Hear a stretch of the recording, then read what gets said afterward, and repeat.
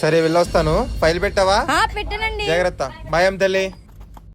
అయ్యో ఇంట్లోనేమో కూరగాయలు లేవు, ఇంచోతేనేమో బయటికి వెళ్ళారు. పదాం తల్లి కూరగాయలు తెచ్చుకుందాం. హాయ్. రోజు మా యావుని తప్పించుకు రావాలంటే చాలా కష్టమైపోతుంది తెలుసా. పట్టుకో.